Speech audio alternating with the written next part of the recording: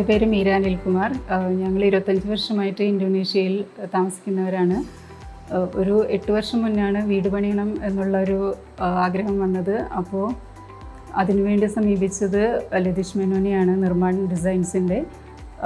ആളെ പരിചയപ്പെട്ടത് ഞങ്ങളുടെ ഒരു ബന്ധു വഴിയാണ്. ഞങ്ങളുടെ ബന്ധുവിൻ്റെ വീട് ആൾ പണിതുകൊണ്ടിരുന്നിരുന്നു ആ സമയത്ത്.